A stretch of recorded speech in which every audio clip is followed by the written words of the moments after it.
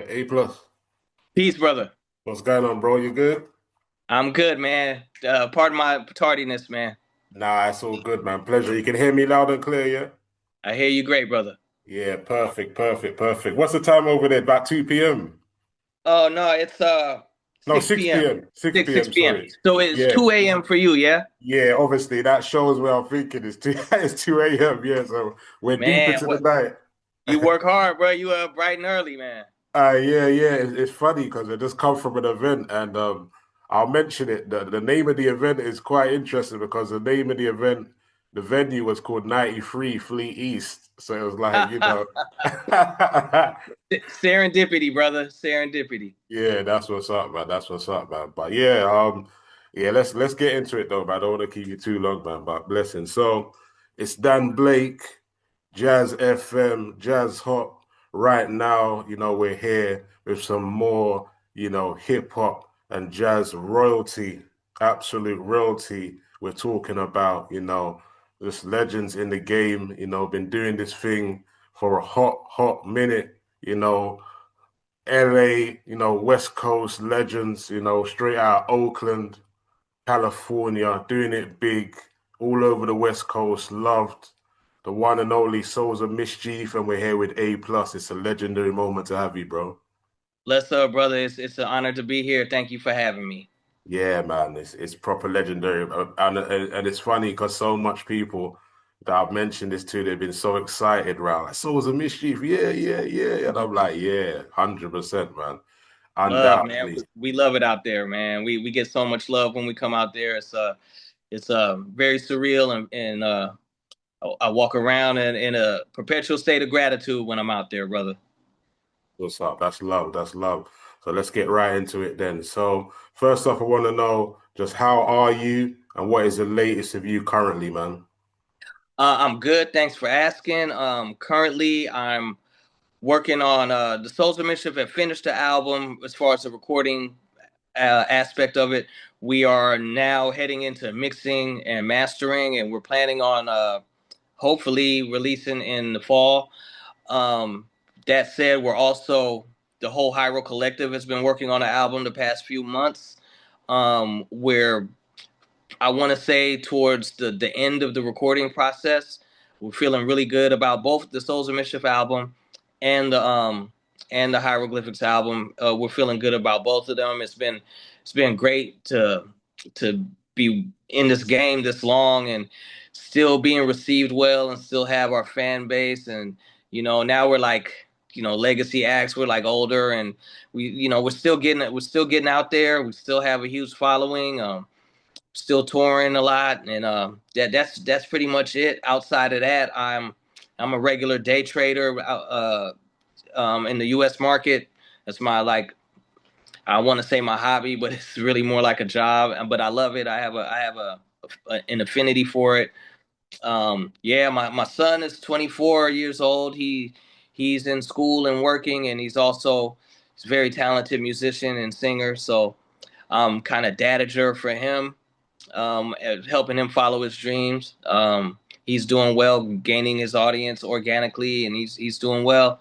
And yeah, man, I'm a family man. And I live a peaceful life, man. And I'm like I said, I walk around in a perpetual state of gratitude, man. I'm thankful every day, every moment, every up and down. I'm just very, very grateful, man. And yeah, that's it. Yeah, I Head, love that. head, headed back out that way soon too, man. Yeah, I love that. When are you going to be back out? Back in I London? I believe we're coming around like sometime in the fall. Okay. I believe if I'm not correct, I don't want to get the dates wrong because I don't know offhand, but I know that we have some dates out there. I'm pretty sure we're coming to London.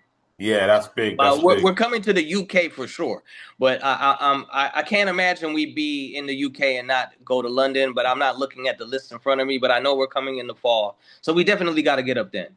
Oh yeah, sure, 100%, 100%. And Yes. speaking of like locations and stuff, tell us your experience growing up in Oakland, California, how it made you feel, home of, people like Too Short, MC Hammer. sway in the morning. Like, just tell us, how it made you feel growing up in Oakland, California, growing up. Man, it was I love growing up in Oakland. It's a rough city, but I think most cities are rough, depending on where you live. I don't think that's unique to Oakland. But the good aspects are what I love. It's a very there's a it's a great mixture. It's like a melting pot. There's every kind of culture here.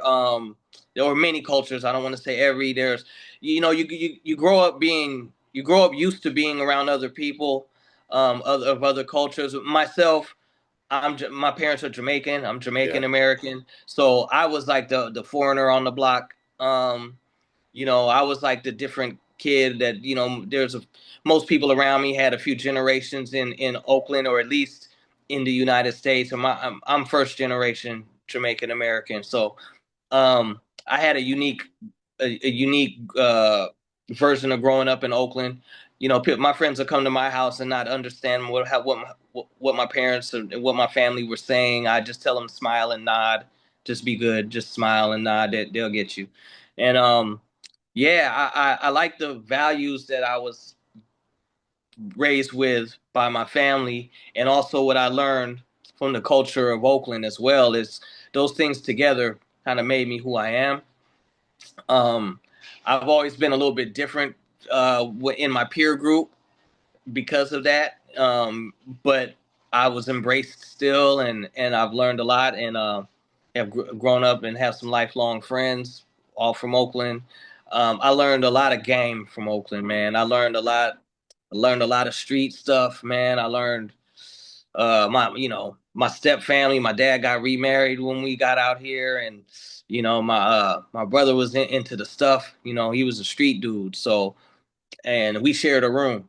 So I was like the straight A student, Jamaican parents, kind of like good-hearted kid, and I kind of like just learned the whole other side of things from my brother, who was more of a hardened dude, and he was involved in things. So and really growing up in Oakland, you didn't have to be involved in anything to be right next to it.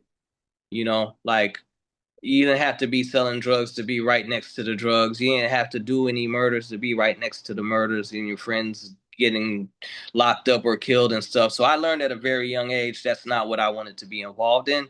And I was able to. I fell in love with hip hop music. I was always a music lover. My family's a musical family. My mom played multiple instruments, and I grew up playing classical piano and guitar lessons. And my sister plays a few instruments herself, and my dad was a big music lover. So I fell in love with music at a very young age. Coming from Jamaica, they they came to America and discovered all the different kinds of music, and they just fell in love with all of them. So I grew up around jazz, I grew up around funk, I grew up around soul, grew up around country, folk, disco. I mean, my parents, they didn't discriminate on what kind of music they listened to. And I grew up in that environment. So I fell in love with music at a very young age. I was always around it. I used to hug the speaker. I used to sit next to the speaker. And when hip hop when hip hop made its way to where everyone can hear it outside of New York. My dad and mom was the first ones to play it to me. They played Rapper's Delight. They was like, "Oh, this is so cool. You would love this." They're like saying poems over funky beats. Is how they described it. And I was hooked from '79. And by the time I was 1982, I was 8 years old. I had already decided I wanted to be a rapper. I was like, I'm gonna be a rapper, and I just never stopped from there. I started DJing in like I want to say 86. I made my first beat in 87. And around these times, we had friend groups, but then the friend groups started forming around a love for hip hop, which was a burgeoning music form that was kind of like the bastard child of music. No one really took it serious. Like the adults didn't take it serious. The people who only listened to songs here and there, but didn't really listen to, they weren't hip hop heads. Most people listen to R&B and El DeBarge and all that stuff, which I love too. So we started forming like friend groups out of people who also had this love for this music, and it started for me very early. And as the years went on, it turned out being, you know, we got serious at a certain age. One of my best friends, and I met him in first grade, was Dell. We've been friends since first grade, like very close. He's like my best friend to this day, you know. And him and Tajay, they didn't really get along back then, but that's elementary school stuff, and we all kind of grew up together. And this was my best friend, and this was my best friend. We all loved hip hop, so hieroglyphics grew from there, and Dell, just by the sheer way of the universe, was Ice Cube's cousin, you know, and Ice Cube was living in LA. We're like 400 miles away in Oakland, but him and Dell were very close, and they both used to say raps to each other over the phone all the time. And so when Cube got his break, but Cube put out an album with this group called CIA before NWA. And then we were like, oh, wow, Cube came out with an album, because coming out with an album back then was unheard of. Like, how does that even happen? We're kids. How do you even make a record? And so it became more real to us then. And Cube always promised his cousin Dell that when I get my big break, I'm going to get you a big break. So we were like, oh, great, you know, and then it all ended up happening, man. And we were prepared for the moment when so Dell got his breakthrough Cube, and he would always say to me, he was like, just be ready when it's your turn. So to sharpen my craft. And when the interest started coming in from Dell putting us on one of his B-sides to his first album, that's when we started giving our demos to record companies who were interested in our sound, and the rest is history from there. Yeah. Yeah, so that's But taking us Oakland to was great. I know I went off yeah. on a tangent, but Oakland was great. We grew up around a lot of music. You know, you got the Pointer Sisters, the Tower of Power, Santana, all this different music. It's a musically diverse area to grow up in, and hip hop fit in just perfect. Yeah, sure, man. That's a wonderful answer. And just moving on from that, you're talking about, growing in production, everything's coming together. Please tell us about the legendary track, that people say one of the greatest hip hop records, of all time, just a classic, just a complete timeless track, 93 Til Infinity, self-titled album as well, where you sampled, Billy Cobham, Heather, which you produced the record and set the scene for us, the environment wise and location wise, where it all went down, the magic of that track, please. Okay, well, around that time when I made that beat, so back then, I didn't have a lot of money, so I used to dig in the dollar bin. And with whatever little extra money I hustled up or worked for, I had jobs, I hustled, and so what I learned to do was I was a vinyl fiend. Any hip hop vinyl that came out, that's where my money was spent. I was at the record store every Tuesday for all the new things that came out. And so I bought Step in the Arena, the second album by Gangstar, one of my favorite groups of all time. Rest in peace, Guru. He was also a great human as well. I got to meet him before we came out, and I told him I was going to be big one day. And then I met him after we came out, and he was like, I remember you. He's a great dude. Rest in peace. But what I used to do was I would I would buy the hip hop albums, and they would always list who they sampled on the back, because it was like the law. Legally they had to do that. So all of my favorite producers, I would see who they sampled, and Premier was one of my favorite producers at the time. It still is. And I saw that they sampled that album um for one of the songs on Step in the Arena. And so I said, I already knew who Billy Cobham was. So I was like, whenever I see that record, I'm going to buy it and see what else is on there. And one day I just happened to find it at Amoeba Records. There's a record store in Berkeley, California. It's like the used spot where we used to just dig and dig. And again, I didn't have a lot of money, so I was always in the dollar bin. I was just fortunate enough to find this album in the dollar bin. So I found it. I can't remember the name of the song that Premier that Gangstar sampled it from. It was off the Step in the Arena album. I can't remember at this moment, but I was listening to the album when I got home. And the way I would listen to albums is I would listen on 45, because my sampler didn't, it was a way to conserve sampling time in the sampler. It was a limited amount of time you could sample in the samplers back then. So I would listen on 33, and then I would listen on 45, and I would listen again on 33. So I was listening to this album And I heard that song, Heather, and I was like, wow, this is incredible. I can't believe no one sampled it. But to defend that, at that time in hip hop, those weren't the type of samples that people were digging for. They were digging for more funky type samples and that kind of stuff. So somber, like when you play Heather on 33, it's like a beautiful somber song. That sound wasn't popular in hip hop at that time.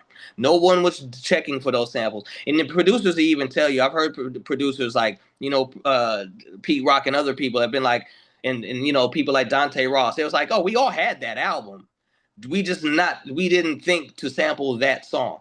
So it wasn't our album that was hard to find, the Crosswinds album. So I'm listening on 45 to Heather, and I'm like, this would sound dope fast. Because I already listened to, as I explained, I already listened fast just to conserve time. So that started. I was like, okay, I'm gonna sample this. Started making the beat. We were actually in the middle of recording the Souls of Mischief record at the time. When I made the beat, we were literally recording 93 Till Infinity. I think the whole album.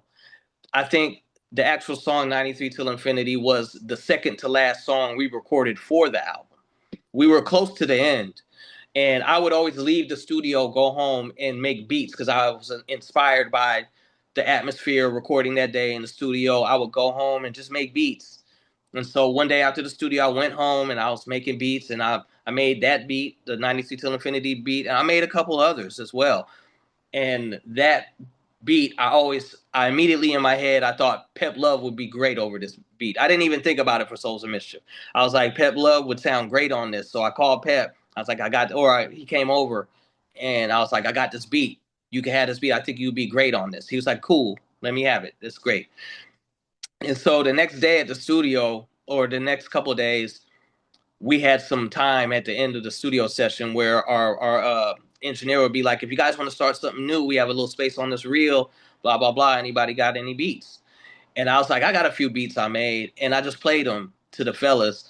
And I played the 93 Till Infinity beat. I shouldn't have because it was Pep's, but I played it anyway just because I like people hearing my beats, and I like when people like them. That's a producer thing. And so I played that beat, and the Souls were like, what's up with that one? And I was like, oh yeah, nah, that one, we can't use that one. That I gave that one to Pep Love already. And they were like, what?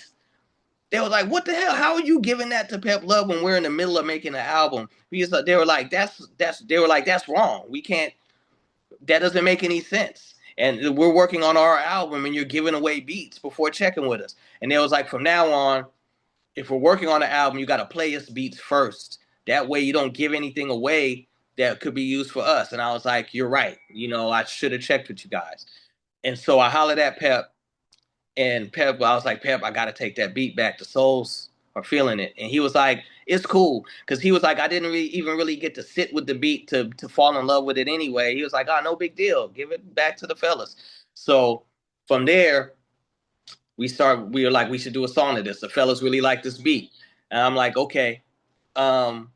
I had this idea from a song a year ago, like when I was in the 11th grade. I went to different high school in the 11th grade than the other boys, and I thought of this song called 91 Till Infinity, and I had another beat for it. It was off a Crusader sample. It's a way more mellow beat than 93 Till, slower and more somber pianos and stuff, and it was this is 91 Till Infinity, and I wrote a rap and everything. It was about how our friendship's gonna last forever. Just some real kid stuff, right? Some real heartfelt kid stuff.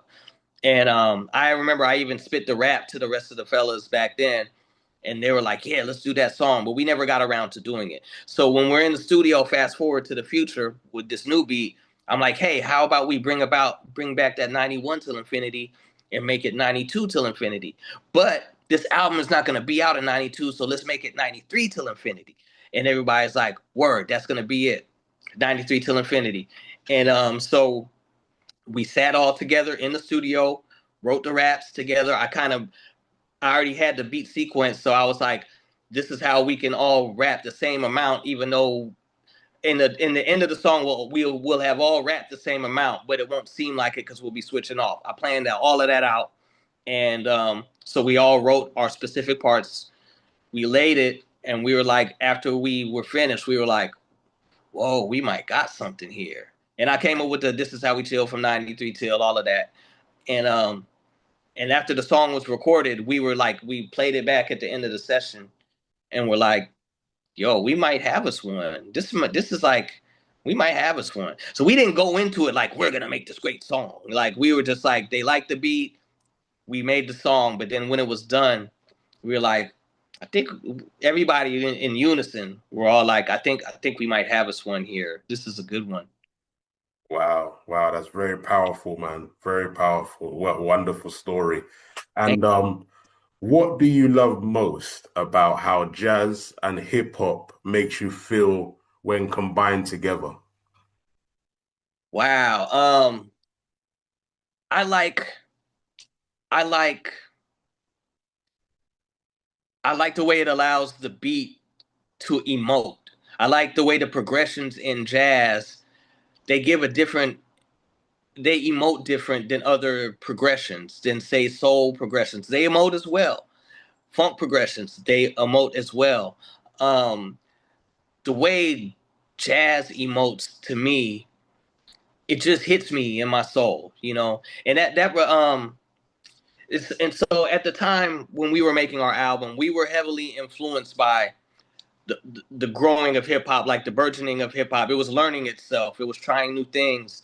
It was reaching out, and groups like the Jungle Brothers and De La Soul and Tribe Called Quest had a heavy influence on my sample digging style, because that was new to the ears of hip hop at the time.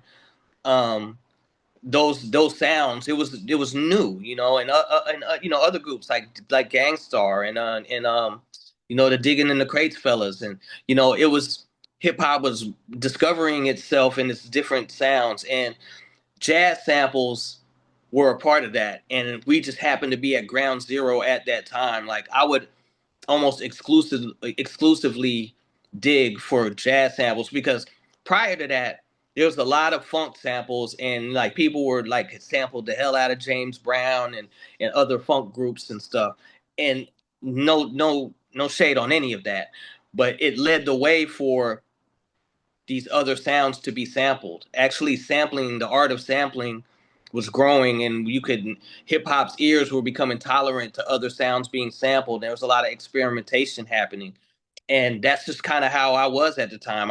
When I was digging, I was looking for jazz samples, because the different the different vibe it gave to a beat when it was done, the different way you could approach that beat thereafter. Like a song like '93 Till Infinity, it was ultimately a song about friendship in chill form, But it's the melody of the beat that brought those emotions out of us, and that made the whole song to where it affects other people like that. An interesting note about that is that we had the opportunity to have a sit down interview, co-interview with Billy Cobham himself, and it was amazing. This was like not too long ago, like just a few years ago, and he told us that I was explaining it, I was talking about how like it's such a emotional, somber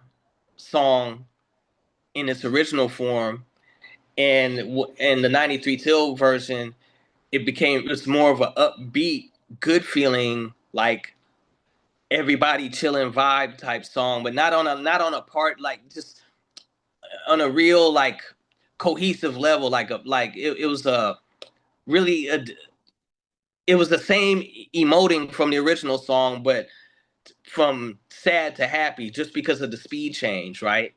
The tempo change.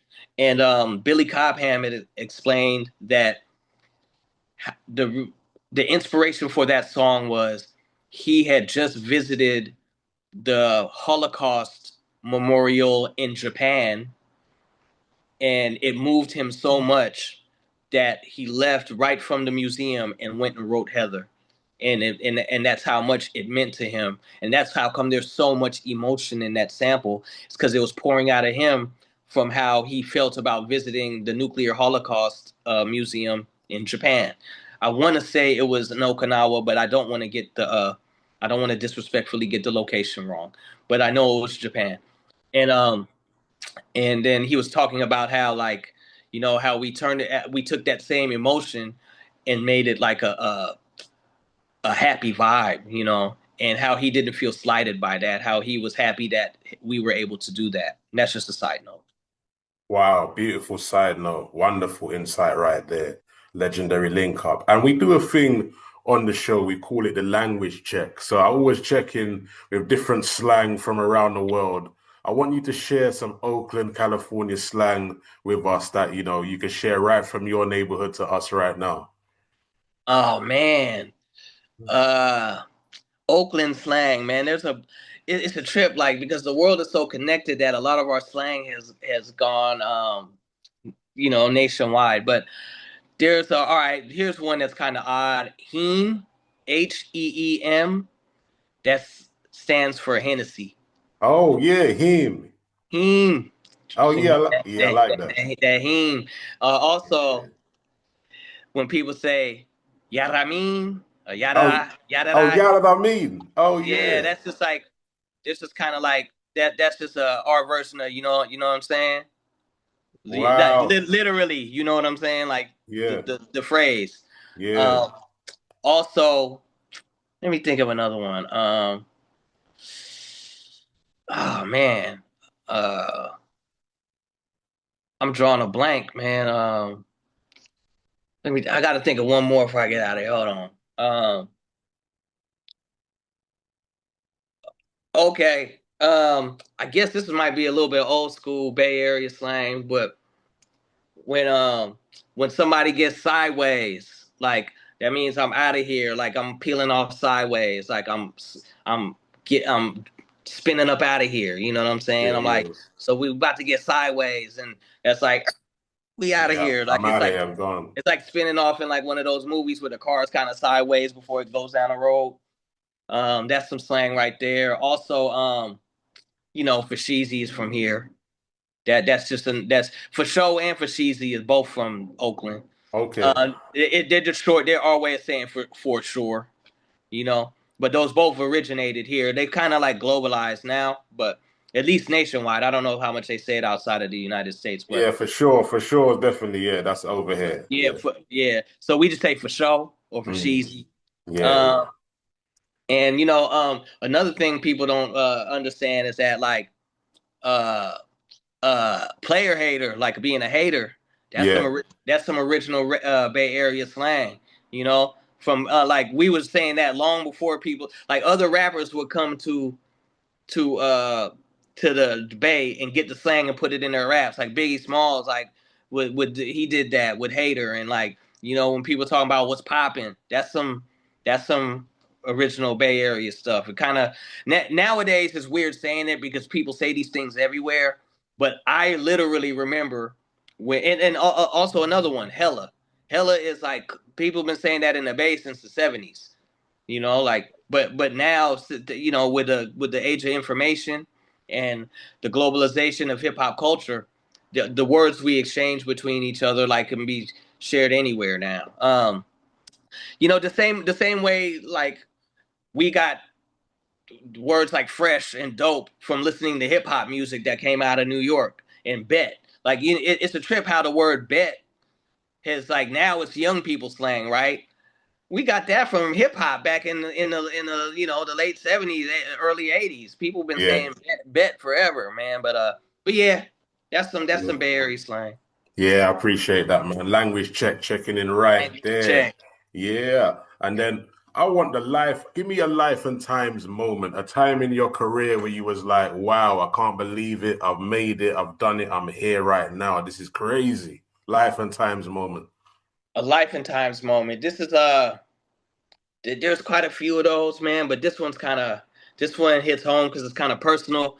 Our first show in the Bay Area, our first like not underground on the street when we were coming up, like like at the warehouse or nothing like that when we had our name in the street, because we got known in our area before we got our deals. But our first real official on the billing, got our record out show in the Bay Area. It was in San Francisco, California, which back in the early 90s, they didn't have shows in Oakland because it was too violent. And so they stopped doing hip hop concerts in Oakland in the late 80s. So even in the early 90s, they weren't having, you'd have to cross the bridge to go to San Francisco for any hip Yeah. hop.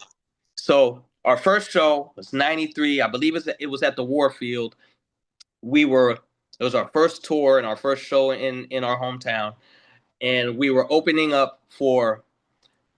opening act for Tribe Called Quest and De La Soul on our first tour. And these are like our heroes. These are some of our heroes, right? So they took us in like brothers, man. And I learned a lot. We learned a lot from them on the ground floor. They sent us on a good trajectory with a lot of the good advice they gave us, and we love them boys to this day. Rest in peace, True Boy and Fife. So we were opening for them, and it happened to land on my father's birthday. So my father, rest his soul, he came to that show, and he was one of those dads that was like, he was sad I was into hip hop growing up, because he was like, son, it may not even be around. Like, I had straight A's. I was a great student. Like, I was destined to go to college and get like, my trajectory was set. School was never difficult for me. I was like always in the, honor classes, and they call it Gates classes, gifted and talented education. That's what's the acronym.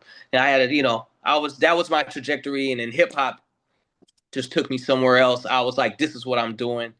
I'm not, and it kind of disappointed my father. And he was like, it wasn't like he didn't support me doing it. He just was disappointed by my choices. And so that show, he came out. By this time, I got the record deal, but it was still like, who knows if hip hop's gonna be around in the next few years. Disco was out of here just as fast. Those are the kind of things older people would say about hip hop back then. Um, so he came to the show, and it was his birthday, and I got the whole crowd to sing happy birthday to him. Yeah. That's amazing. That's amazing, man. That Very touching. Very yeah. touching. Thank you for sharing, man. We appreciate Thank you, that, brother. bro. Thank you, man. And give us just a quick wisdom quote, something that you live by. Something that I live by. Uh okay. There's quite a few, but this one just popped in my head, so I'm just gonna say it. Uh Give to Caesar what is Caesar's, and give to God what is his. Wow. And that's a quote from the Bible. And it's basically, what I take from it is like, it was basically, I guess when they were talking about people accusing Jesus of not paying taxes in order to catch him in some kind of blasphemy or something or other. But his take on it was like, I have no problem paying any of these things. Give to Caesar what is his, and give to God what is his. And I take that as, I can navigate this world and obey these laws, these man-made laws, and live by the laws of the world. But that's the laws of the world. I have a spiritual law to live by, and I don't let that intervene. I don't let my spiritual laws that are more important to me override the fact that I have to navigate this world. Understand that uh, these aren't mutually exclusive. You can do that and still live your full spiritual life, and they don't have to be in conflict. Um, don't use spirituality as a way to break any laws or to do things that are wrong, and and use spirituality as a way to be like, I didn't do that, like the government's bad, so I shouldn't have to obey any laws. Like, it's just something that I keep with me, and it keeps me balanced. Pick that up, man. And just because I've Zoom, I've got about 5 minutes left on it. But just a quick advice, in a few words for up and coming producers as well, For like up getting and into the coming game.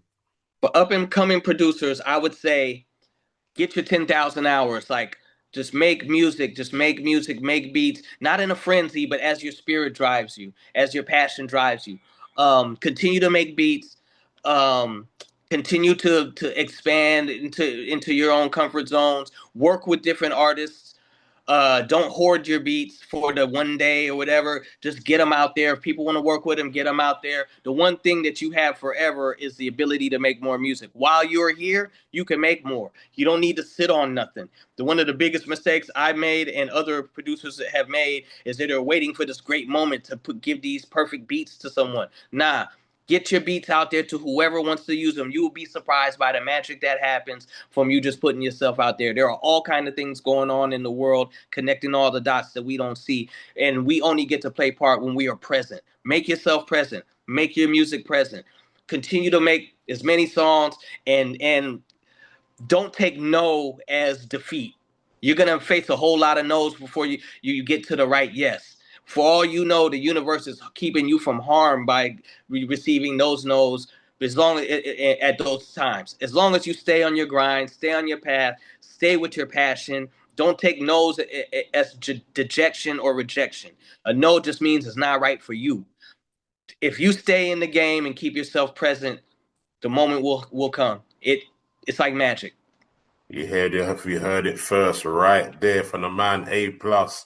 And if you could compare Souls of Mischief to put your sporting hat on right now. So if you compare the group to a boxer, one boxer and one wrestler, who would the boxer be and who would the wrestler be? What energies would they have?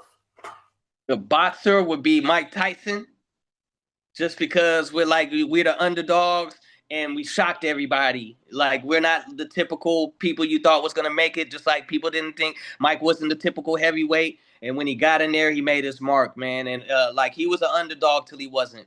And so that's how I feel about us. As far as wrestling, um, whew, let's see.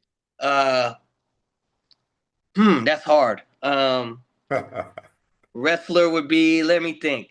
Maybe Junkyard Dog, man. Oh wow. Maybe Junkyard Dog, man, because we are the Souls of Mischief, man, and we like Junkyard Dog reminds me of Oakland, you know. And the thing about Oakland is like, you know, it has a typical sound, and the people that you're used to seeing from there, whether it's like the Too Short or Hammer and Yeah. all of these other like icons from our place, man. But Souls of Mischief is just as much Oakland as any of those groups. I was raised there. Just because I'm not a pimp, just because I'm not a gangster rapper, doesn't mean Oakland ain't all through my blood. When it comes to this hip hop, we like junkyard dogs about it. Yeah. We're rabid dogs that love this stuff. That's how we broke through the door. We didn't do anything outside of ourselves. We remained ourselves, but it was our rugged, raw dog determination that got us in the game. We were the underdogs, and we were not supposed to make it. Our sound wasn't even typical of the sound that we're from. But anybody who knows us, all the other Oakland acts, they all know that's the Souls of Mischief. They are Oakland, and it was the dog in us. You know, it was the dog in us that got us the record deals when we were in high school. It was the dogs in us that were like, even when we left the labels, because all the labels they said we need you to turn into a pop group, and we refused. We went independent ourselves with game that we learned from Oakland, like some dogs, man. We didn't never give up. We started our own business. Uh, the first underground touring cycle in the United States for underground rappers. We started that with the agency group. All the other underground rappers got on that same route. We started that. You know what I'm saying? And that's not to claim credit. That's not to be like weirdos guys. That's to be like our dog determination got us everywhere we got. We weren't handed anything and we weren't supposed to make it, but we did. Junkyard Dog. Yeah, man. Bro, let me just end this because this one's ending in 1 minute. Let me send you a new link. We'll just finish up with some drops and You got it. yeah, You I'll got it. check back in with you and I'll send it in the inbox, yeah? All right, Yep. bro. I'm All right. on deck. All right, cheers, bros. It's just if you could just say you're listening to Sports with Blake, can you just say your name at the start? That's fine. Sports with Blake, that's all? Yeah, yeah, you're listening to Sports with Blake. You just say your name at the start and then yeah, Okay. yeah. Okay. Hey, London, what's up? This is A Plus from the Mighty Souls of Mischief crew. And right now you're listening to Sports with Blake. Let's go. Yeah, man. And you know what? You know what? I was speaking to of the Digable Planets, and I was asking about like music and sport. The link between the two is very interesting because it's like sports sometimes want to be musicians and vice versa, and it's like Yeah, they kind of like they stand together as well. They respect each other a lot. What's your thoughts on like sports and music link up? it's true, man. Speaking specifically for the hip hop culture, like I've been watching sports my whole life, yeah. And I saw when hip hop influenced athletes started becoming part of the league, whether it be basketball or whether it be American football. And slowly over time, it was just hard to for first establishment would try to set rules and you can't wear this and da da da da da and try to keep the status quo how it was. But the influx of hip hop lovers into these sports made it impossible to where these the corporations had to start accepting this influence, and I watched it slowly but shortly. Lingo started getting used in newscasts, and they started letting athletes wear whatever chains and whatever kind of clothes they wanted to wear, and all of this kind of stuff. And then from there, you have the connection between hip hop and the athletes and the sports becoming like full center to where it actually started happening. You have big time hip hop artists want to hang out with the basketball players at the club. Basketball players want to be rappers. They competing who got the most money and who could wear the freshest stuff in the dopest chain. To this day, like no real hip hoppers have ever become really good at sports. There's been a couple. There's like Master P was really good at basketball. J. Cole really good at basketball, but for the most part, they can't compete. At the same time, you got a bunch of star basketball players that love hip hop so much, and they got enough money that now they could fund their hip hop careers, and they try to do hip hop. Most of them not very good. Remember Kobe, not so good. Shaq was actually good. Because he was Yeah, really Shaq was yeah. nice, man. He really was a hip hop dude. Yeah, he was I remember nice. meeting Shaq, bro. That is the absolute biggest human I've You ever ever met seen? I've ever seen. Dude, let me tell you, uh somebody was like, "Yo, yeah, I want to introduce you to Shaq. Shaq wants to meet you." We were at this big thing called the Greatest Day in Hip Hop. Is when this big picture was taken in New York with all of these hip hop artists on these stoops. It was a remake of an old photo that was made with a bunch of musicians back in the day, jazz musicians, I believe. So anyway, I meet Shaq, bro, and I'm like,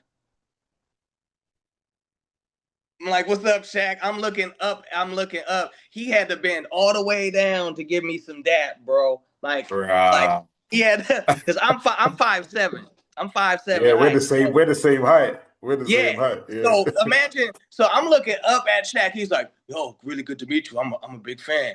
And he come down to give me some dap, like hug dap. And he actually has to come. He actually has to bend all the way down.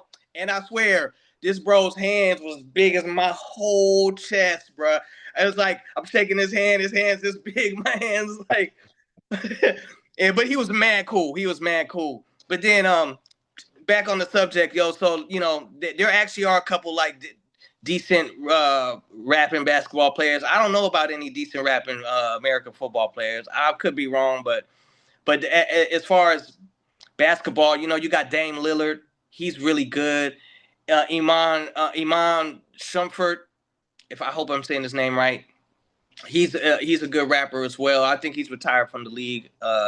But yeah, the connection is there. Like the big time hip hop dudes want to kick it around the hoop players. The hoop players want to kick it.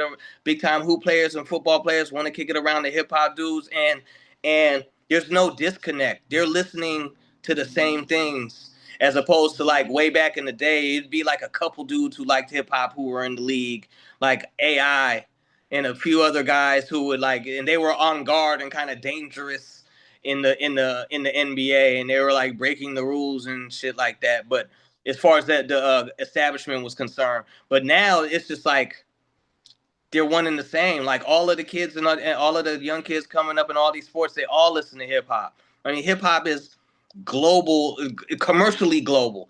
It's always been global underground because they've had underground hip hop. This is one thing I learned about going to the UK. It's like, bro, there's old breakdancing groups from like the '80s and stuff that been Yeah. b-boying at the same time I was in elementary school breakdancing on cardboard. So there was an underground in all of these different France as well. All over the world, Japan, but it's not underground. It's like it's a global commercial culture that all the kids are into. So now all of the kids going into the sports are have been raised on hip hop, and it's a I like to say it's been beautiful to watch because I definitely literally come from the age group of when it was the bastard child of music and didn't get any respect. And if you loved it, you were in a small club and you had friends already, even though you didn't even know them, just because you loved hip hop as much as they did. And people will be like, "Oh, that's some." Yeah, we listen to some songs on the radio every now and then, but y'all some weirdos sitting around rapping. Back in the day, to where now it's just like everybody listens to hip hop. Now, I mean, hip hop has changed a lot, but I'm not going to get into that. The culture is worldwide, and it's undeniable. And the link between the now, I mean, you're hard pressed to find a young player in any of these popular sports that doesn't listen to hip hop or isn't at least what has. I mean, you're probably the minority if you don't listen to hip hop, and it's at least in football and basketball in America.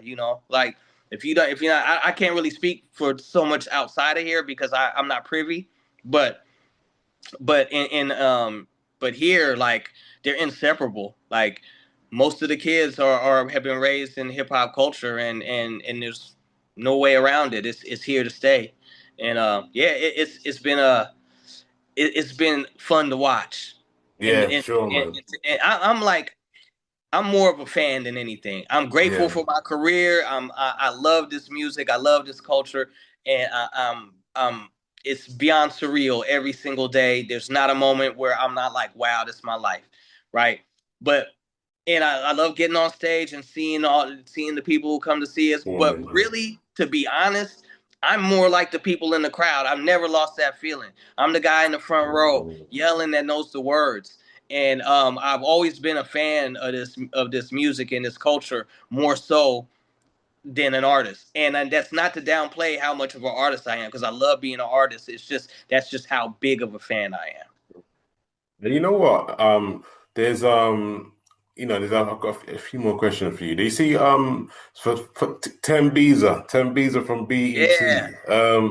How did you? She remembers me when I was a shorty, like no Yeah, record deal, battling kids in the streets. Yeah, yeah. Like, how did yeah. you guys like meet in the first instance? The way I met Timbisa, and pardon me if I'm getting it, if I'm maybe off. It was so long ago, but she was she worked for the Gavin, and the Gavin was an industry music publication and entity, and every year they would have a Gavin convention in San Francisco where all the record execs from all over the world, from all the different record companies, would all be in San Francisco. And if you were like a local kid, and then all of the rappers too, all of their artists, it's where they would unveil they'd have showcases with all their new artists on their roster, and then some of their more iconic artists on their roster would also be there, and they'd have a series of club nights all over the city for that whole weekend, and it would just be a hip hop city for the whole weekend. And I went to my first Gavin convention. I think I might have been in the 10th grade. And I like snuck in, and like I could make a fake pass and get in and try to meet record executives and rap for them and just that old school, like I want to impress you. Like, there was no internet or nothing. You had to get in these people's faces and they were going to be here for 3 days. So I would just You know, like by the time by the next year in the Gavin, the rest of the boys also came, like some of the other hieroglyphics dudes, and we kind of got famous for starting a cipher in the hotel lobby, getting the attention of a bunch of other record execs with other rappers there too, like Organized Confusion and Curious George and a bunch of other, and Busta Rhymes and a bunch of other people there who might have been on more than us at the time, but they had respect for us because of how we rapped, and we were already buzzing in the hip hop world a little bit. But yeah, I knew Timbisa from the I was like a shorty. I was like literally like, you know, 10th grade, like just trying to, I would be at all the hip hop functions. I would have fake ID getting into the club. I would have people who would sneak me into the club, like, even though I was underage, just because I was that dude. I would carry records for DJs at sound check and then hide in the back till the club started. That, like, and then just be in the party after that. I was that dude. So I would know people like her, like Tembisa, and people like Norstein, who would she would be like liaison for rappers who came in town to get them to the radio stations and wherever they needed to be. I knew them from the hip hop scene because I was just trying to get on. I used to be in the street battling anybody, you know, like I mean, I'm talking like late '80s, like still in high school, like, you know, like, so that's so I became a familiar face to anybody involved in the music industry in the area. I used to cut my high school and go hang out with there's this place called the Africa House at Cal Berkeley, and it's where all of the black students who went to UC Berkeley would hang out, and specifically the ones involved in hip hop. That's where I met Defari. Defari went to UC Berkeley, but he was in a crew called the Justice League, and him and a bunch of other like DJs and rappers and MCs. And I was like the shorty that used to hang around them because they were the older dudes. And you know, they used to stick me on other rappers and stuff. Like, this kid is just, he'll rap to anybody, you know. And so I just kind of got my face known in those circles at a very young age. And Timbisa was one of those people who was influential, who who became familiar with me. And I was just like, yeah, there wasn't nobody trying to get it like me. I was like determined since I was 8 years old to be a hip hop, a rap star was what it was called in the early '80s. It sounds corny now, but when you're 8 years old and you're like, I'm gonna be a rap star one day. So I was just, like I said, that dog mentality. I would just rap to anybody, and I was endearing too. I was likable. So Timbisa would always look out for me. The guys at the Justice League, I didn't have any money, only bus fare to get there, so they'd take me into the mess hall to UC Berkeley to get, so I could eat food with them, and you know, I would catch the bus to the club and wait at sound check. They'd sneak me in and hide me in the back till the club got full, and yeah, that's just how I ended up meeting people like this, and that's how I became friends with Timbisa, you know, and she would just like she would champion us even though we weren't on yet, because she knew that we were gonna make it. You know, she knew that we could make it anyway, and she was always a supporter, like always opening up any opportunity to us we can give. She could, giving a good word to people, passing on good word about us to people that she knew, because she was an influential person. And yeah, that's how I know her. And now, you know, we're all grown and we're contemporaries, right? But she's still like big sis to me. You know, Yeah, she's still sure. like, Yeah, yeah, she still has the air of big sis to me. You yeah, know, even after all these years, I'm like yes, 51 now, but yeah, she's still big sis because, you know, that was the nature of how our friendship started. And you yeah, know, she's down with the whole crew, man. yeah. That's love. That's love right there, man. That's a great story there. And yeah, just let us know about any kind of like UK musicians that you rate or you may want to collab with in the future. Who's anybody in the UK that you want to work with? Wow. You know what? This might be, I don't want to speak for everybody in the crew, but for me, what's that brother's name uh, he's a political rapper. I can't remember his name right now. He was like I smoked weed for a long time, Mm. so sometimes I don't remember names. But there was this brother, and it's gonna kill me till I get his name. He's an Arab guy from the UK, and Low, huh? low key. Low key, low Yeah, key. yeah. I always wanted to work with low key. Also Dizzy, Dizzy Rascal. yeah, Dizzy Rascal. Yeah, Um, who else? Who else, man? Because a lot of the new UK stuff, I love it, but I can't. I can't rap the grime style. yeah, yeah, I mean, I could, but it would sound like emulation. yeah, yeah. I feel you. You I know what feel I'm you. saying? I'm more of a boom bap guy, Yeah, yeah, yeah, so I can't mention many of them guys as far as being like able to collab with them yeah, because it just would be disingenuous. I would be like kind of copying yeah. Sure. as opposed to actually meeting them where they're at. You Yeah, know, yeah, but yeah, I would say low key Dizzy. I know I'm gonna start remembering people as soon as I get off the horn with you, bro. yeah.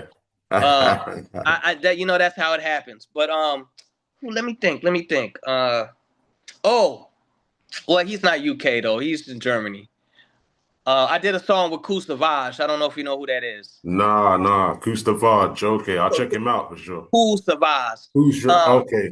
he's a German rapper, so you might not understand anything he's saying. He speaks Yeah, good yeah, English, but he yeah, raps yeah. in German. Um, oh man, I'm drawing a blank right now. No, that's good though. You know a few names there, low key, Dizzy Rascal. You know, because Dizzy Rascal's a grime legend. You know, anyway, like Yeah. you know, his early days it was heavy grime influence. You know, like when he was coming up, you know, in the rave scene. You know, he was in the clubs. You know, smashing down grime songs. You know, before he came to the mainstream and kind of made more hip hop music and different forms and different genres. So he's definitely a product of grime, like Dizzy Rascal, like sure. That that's dope, man. And and after you saying that, I could see that being the real. Yeah, I could hear how that's true because yeah, man. his style, you know. Yeah, I remember this guy, like, he'll be in the raves at like 15, the rave going crazy, like, the raves, the party's getting locked off, just too much excitement after he spit his lyric and, he spits a 32 bar, he can't even spit anymore because his voice them times. I remember I was like 15, 14 sneaking into some of these clubs, like, and his voice hadn't even broken, like, and you'd hear him rap, and it'd be like he was squeaky, So it was like, "Rah, Dizzy Rascal, yeah, Dizzy," and then like, That's bam, dope. you just shut it down, man. Yeah, Dizzy. Yeah, That's dope, man.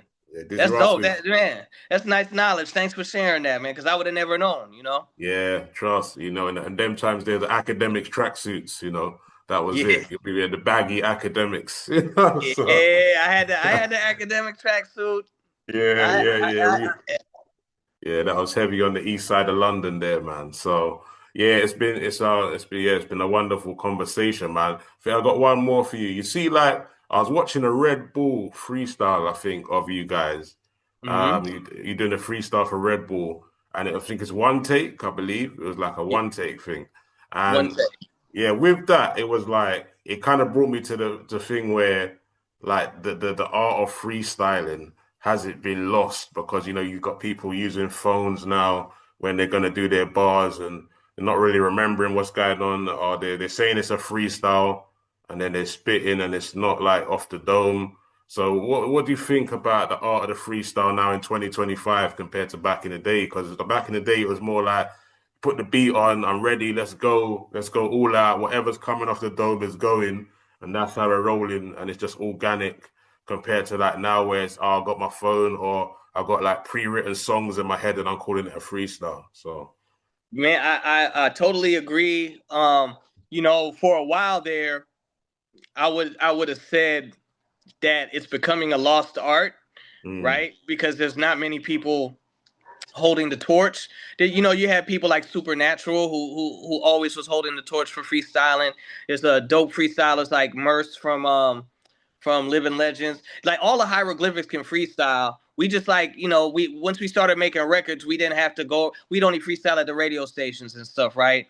And then after years and years and years, it's kind of like, you know, the whole thing about like, oh, it's a freestyle if it's off the head, or it's not, or it could be a freestyle if it's written. And the kind of the definition got a little convoluted, and I guess it got a little less important to some of the younger generations.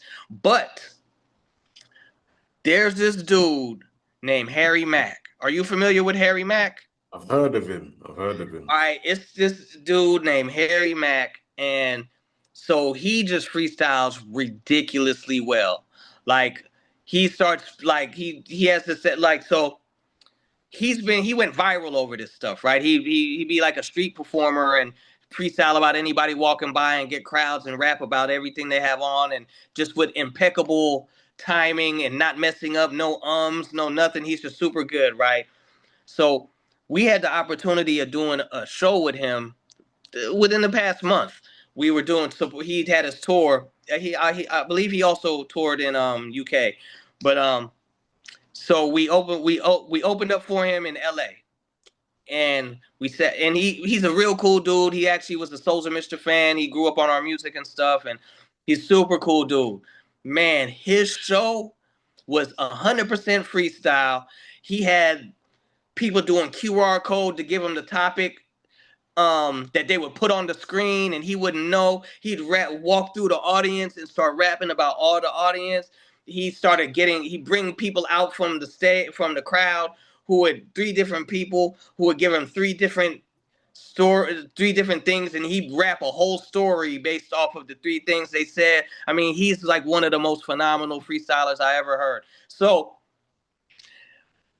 before that show, I might have been like, freestyle is like, you know, it's a ultimately respected art, and it's only for the few. It's not as popular as it used to be. But after that show, it was a sold out crowd. All of these young kids, I mean, I'm talking about, they look like babies to me. They're all these young kids all screaming for Harry Mack. And I'm like, oh, freestyle is back. This guy single-handedly is like, and he raps his ass off. And he does boom bap tempo, double time tempo. That cat got up there. They pulled a drum set out there. He starts doing a freestyle drum solo, jazz drum solo, like freestyle jazz drum solo up there, like just banging it out for about like 3-4 minutes straight, just like mesmerizing the crowd. Then he slows it down, and then he starts getting on 4/4 time signature, and starts playing drums to hip hop samples, and starts rapping, freestyling while he's playing the drums. I was on the side of the stage because you know, we had just opened up for him, and he was like, and he was responsible for having us there, you know, like he's like, I want Souls of Mischief to open, and so yeah, that love to him for that. So I was on the side of the stage watching this guy, and it was like literally one of the most amazing shows I've ever seen. 100% freestyle for an hour and a half. This is what I'm saying about like the art of like rap, and it's just crazy, man. Like it's just. It was incredible. I remember just hearing when Papoose done the alphabet. I was like, rah, this is crazy. Then done forward, backwards. I was like, this is why I love hip hop. It's just like, it's just different, man. And Yeah, it's something same. that I'm happy to have been hearing this time where it's just here. Like, you know, it's been a part of my life. Like, it's crazy. You know, I wouldn't Same, have it brother. any other way, man. I couldn't have said it any better, brother. It's just fun to be here and to have seen and to watch it, man, and to still be watching it. You know, this is it's it. still growing. It's still doing what it's doing. You know, and if you ever get a chance, check out that guy Harry Mack. Yeah, I'm You're gonna gonna check him out. Yeah, you, yeah. I'm gonna hit you up about him still. Definitely gonna yeah, check him out. Yeah, yeah. yeah, Hit yeah. me, hit me. I just Yeah, followed man. you on. I just followed you on IG when I was waiting for the Zoom call. So Ah, my brother. Yeah, love. Definitely, definitely. And you and know what? and you got my direct contact, so you could just Yeah, hit. I hit you, my guy, for sure, for sure. And you know what? I was just thinking, because I'm wearing these top now, did you ever get a chance to meet Mr. Hustle, Nipsey Hustle?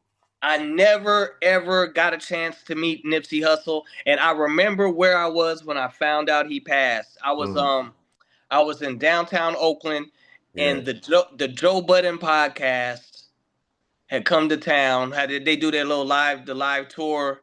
Yeah, yeah, I know Joe Budden's podcast. Yeah, yeah. Yeah, so they were doing the live joint in Oakland, and that happened right before like that day, and it just threw a whole cloud on the day, man. It was Mm. I still feel the loss today because Yeah, what it's a he was crazy doing loss, man. what he was doing for hip hop culture was revolutionary. Not only hip hop culture, but youth culture with the STEM programs and like being from the streets and showing the importance of things outside the streets to pathways for people in the streets to get out. Um, he didn't glorify it. He was like unabashedly from it, and he didn't turn his back on it. But at the same time, he didn't glorify it. He showed it for what it really was, and he was destined for even greater things. He did great things already, and it was it's saddening to see his life cut short so soon and so brutally, so needlessly.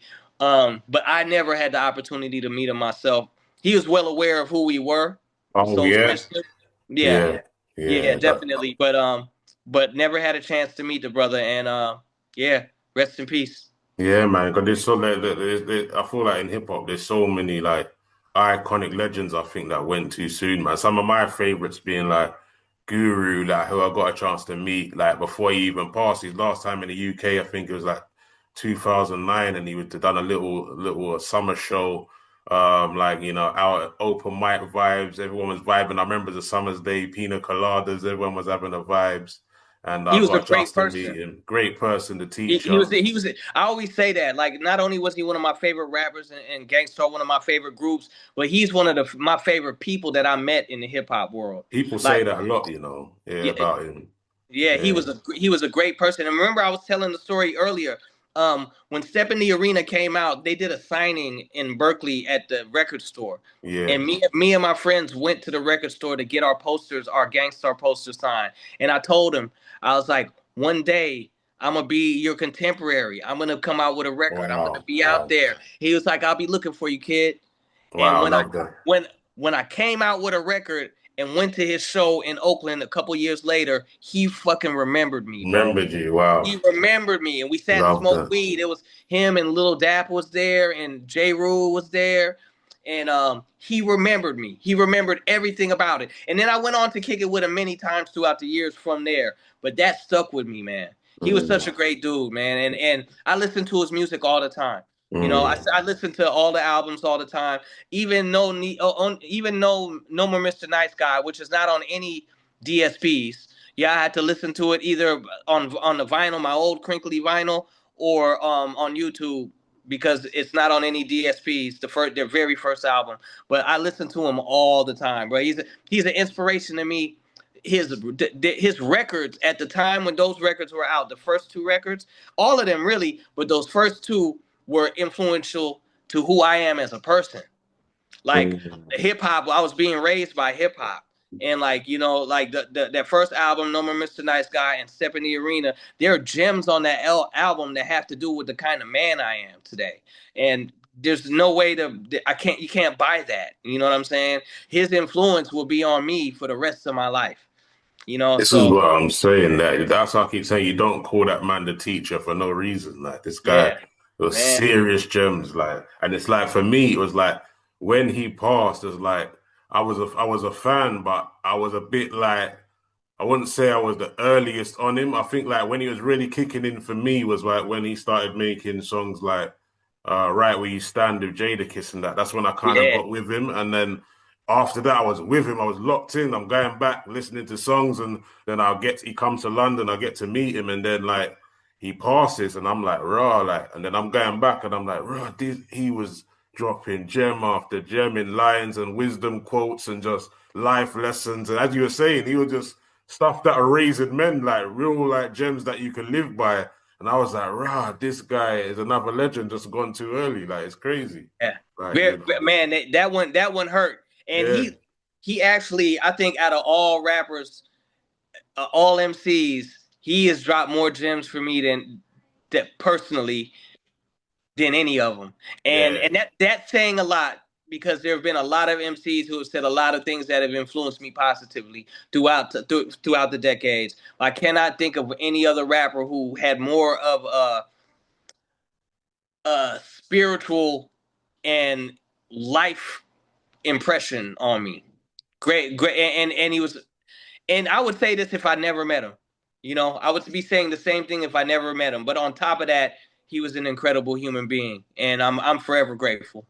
yeah. The only thing I wish that we'd have got like a Guru and a Nas track together. That would have been ridiculous. That's Damn, the one for that me. never happened. Never happened, man. It's like that's what I'm Oh, like. Just by the Premier link and like you would have thought like it would. Like, never. I don't think it. They did. You know, like official. you You know know. that never crossed my mind, and now you got me like, wow, Oh, can you imagine? Can you even imagine like a joint album like with Premier production or something? Oh my God. ridiculous. Wow. Yeah. Did you ever get a chance to meet, I don't know, Tupac or Yeah, Biggie? Yeah. Any I Biggie met or Pac stories? I met both of them. Wow. Yeah, I met both of them. So my Tupac story, the first time I really met him, because I seen him a few places before, because he'd be out in Oakland. But the first time I met him, um, I was still in high school. Dell had just dropped his record, and he was a couple years ahead of us, so he was out of high school. But he asked me and Opio to come down and be his backup for his show at the Palace in L.A. And we were in high school. I had to get permission to leave to skip school and all of that. Opio did too. And the show was with Digital Underground, Raw Fusion, which is like Money B and DJ Fuse, Queen Latifah, Naughty by Nature, Tupac, and somebody else. I can't remember who the other act was, but we were the first act, opening act, right? I think Ice Cube might have even performed or something, but we were the first act. And so we got up there and did our thing. And then so we already kind of knew Digital Underground from Oakland, because just from around the way, they were mad cool people, and we're friends to this day. Rest in peace, Shock. And Yeah. so we were backstage, and Shock was like, "Yo, Tupac, it's to Dell." Because at this time, me and Opio, we're not Souls of Mischief. We're Dell's little homies. We are not out yet. So, um, Shock is like, Dell, yo, Tupac wants to holler at you. We're about to go get him. So Shock G went off. He came back with Tupac. Tupac came up to us.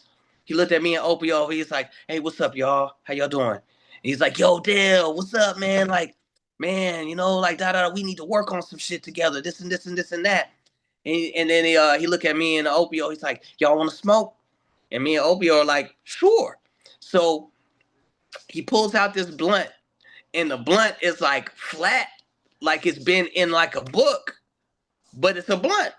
So I was like, so me and Opa's like, yo, we smoking with Tupac. He has his blunt is like mad flat. I wonder what happened.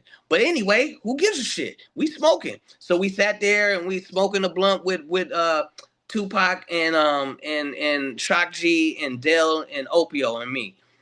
And Tupac and Dell are just shooting the shit. They just talking to each other, and me and Oprah just there. We're just there, like this is fucking cool. You know what I'm saying? And that was it. Love it. That was Love it. it, We man. were done smoking. Dale was like, the 2 hours was like, peace, peace, good to meet y'all, little brothers. Da da da da da da da. But holla at me, Dale, and that was it. Yeah, And then man. the time we met Biggie was at the Gavin convention, which Tim Bisa ran. And she was a part of bringing all of the. So Biggie wasn't the only thing out at that time. From Biggie was they had this promotional tape from Bad Boy called the Big Mac, and the one side of it was a cassette tape. One side had a couple Craig Mack songs, and the other side had a couple Biggie Smalls songs. And this is before he was super big at the time. I think Juicy might have been out, but it wasn't bigger than Flavor in Your Ear yet. He wasn't like he didn't blow. He hadn't blown up yet. Ready to Die was not out yet, and he knew who we were. He knew the Souls of Mischief. He knew who Casual was. He was like, "Hey, yeah, good to meet you. Nice to meet you." And that was that. And then another time we met him in New York at the Tunnel at this notorious club called the Yeah, Tunnel I where know all the about the rappers tunnel. went. Yeah. Yeah, we've seen him there one time. He was like, "Yeah, what's up, y'all?" Seen Nas there too, Mobb Deep, Onyx. But that was the only other time I met Biggie, and I never met Tupac again after that day. I think I might have seen him a few times, but I didn't really hang out with him. Yeah, man. I Yeah. appreciate you, brother, sharing all your stories and wisdom, and I thank you so much for your time. And I'm sure we'll connect again when you're in London. And thank you. And Jazz FM is going to be a big show having this feature on there. And we thank you for your time and appreciate you all the time, my brother. Yeah, Thank man. you, That's brother. love. Good to connect with you, Thank and you. definitely hit you when I'm out in the UK, brother. Yeah, my guy. Love, man. You take it easy. Enjoy the rest of your day, man.